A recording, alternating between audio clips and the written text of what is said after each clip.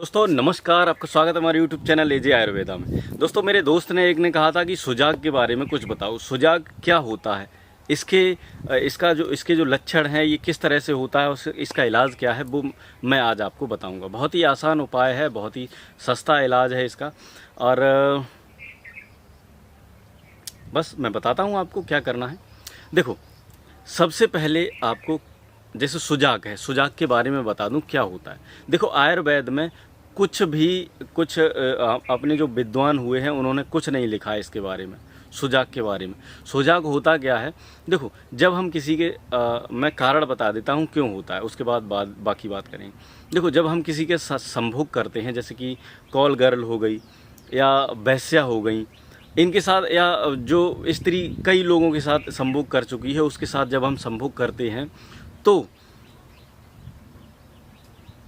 तब ये रोग होता है। ठीक है, ज़्यादा डिटेल में नहीं जाऊंगा, ज़्यादा डिटेल में नहीं समझाऊंगा। तो ज़्यादा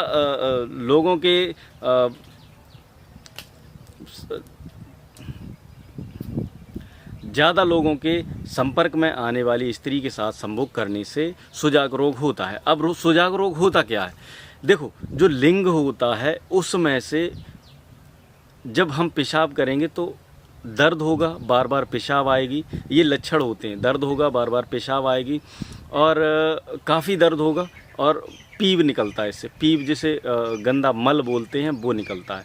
इसमें एक कीटाणु होता है, वो अंदर चला जाता है, वो धीरे धीरे बढ़ता चला जाता है, फैलता चला जाता है और आपके मूत्र मार्ग को पूरा घेर लेता है। और जो आपकी सुपारी है, जो लिंग है, उसके नीचे जो परत होती है, जो चमड़ी होती है, उसको हटाने से नीचे उसके कुछ दाने वगैरह से पड़ जाते हैं, उनमें से भी पीप निकलता है।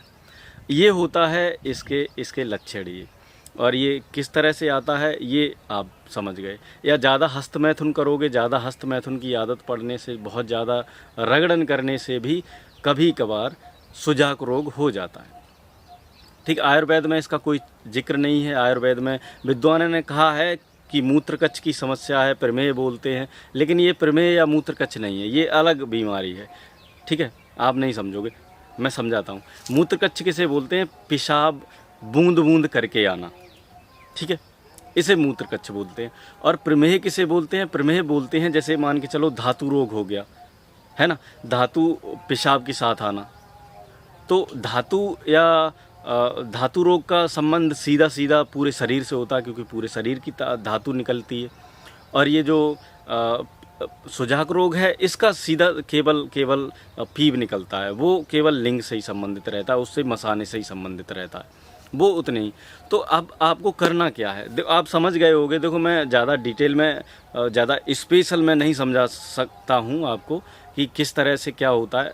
इतना भी मैंने समझा दिया, इतना भी अच्छा है कि गलत स्त्री की संगत में आने से या ज़्यादा हस्तमैथुन करने की वजह से आपको सुजाग रोग हो सकता है। सुजाग रोग, लिंग सूज जाएगा और लिंग पर सूजन आ जाएगी और पेशाब करते वक्त आपको बूंद बूंद करके पेशाब आएगा, बार बार पेशाब आएगा और पेशाब के साथ पीप निकलेगा। ठीक है, ये है इसके लक्षण। अब इसका इलाज क्या है वो मैं आपको बता देता हूँ।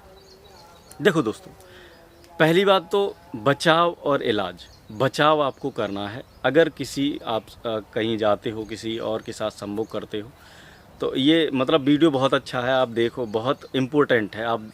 ऐसा बहुत सारे लोगों के साथ होता है, मैं आपको बता देता हूँ। देखो, अगर आप किसी के साथ मतलब जाते हो तो वहाँ पे किसी के साथ संभोग करते हो, उसके बाद जब आप अपने घर में आके अपनी स्त्री के साथ संभोग करते हो तो उसका भी चेकअप आपको करवाना ज़रूरी है, आवश्यक है।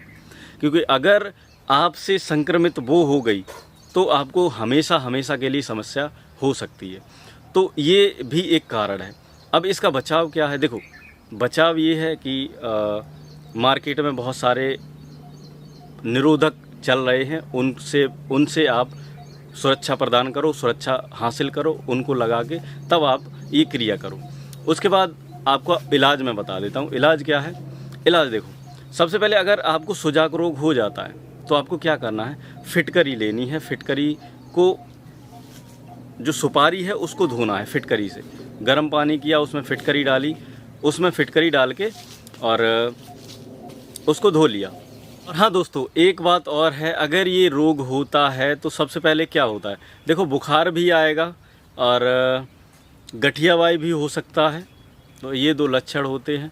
और अगर स्त्री को ये रोग होता है तो उसको भी सेम प्रॉब्लम होगी और उसको गुदा द्वार में प्रॉब्लम होगी। जैसे मान के चलो ऐसा लगेगा कि बवासीर हो गया है, लेकिन बवासीर नहीं होता है, बस लक्षण इसी के होते हैं। अब इसको किस तरह से क्योर किया जा सकता है वो तो मैंने आपको बता देता हूँ। देखो सबसे पहले आपको क्या करना है, पिचकारी मारनी, पिचकारी माने धुलाई करनी है आपको फिटकरी के पानी से, ठीक है। गुनगुना पानी किया, उसमें कच्ची फिटकरी डाल के उससे धुलाई करनी है। और कम से कम 3-4 दिन इंजेक्शन एंटीबायोटिक लगवाने हैं, एंटीबायोटिक इंजेक्शन ले लो। उसके बाद 3-4 दिन लगातार आपको एक देसी नुस्खा है वो मैं बता देता हूँ।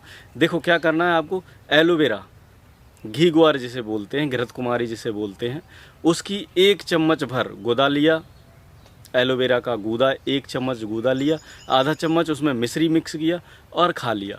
रोज़ाना सुबह शाम खाली पेट, खाना खाने से 2 घंटे पहले, 1-2 घंटे पहले 3-4 दिन लगातार खाओगे, सुजाक रोग से निजात पा जाओगे। लगातार इंजेक्शन लगवाते रहना, बस यही ट्रीटमेंट है और बस ये करवा लो, ठीक हो जाओगे, कोई दिक्कत नहीं। अगर किसी को ऐसी समस्या है, अगर और कुछ इसके बारे में पूछना है तो मुझे कॉल करना, संपर्क करना, मेरा नंबर इधर रहता है और डिस्क्रिप्शन में भी नंबर डाल दूंगा।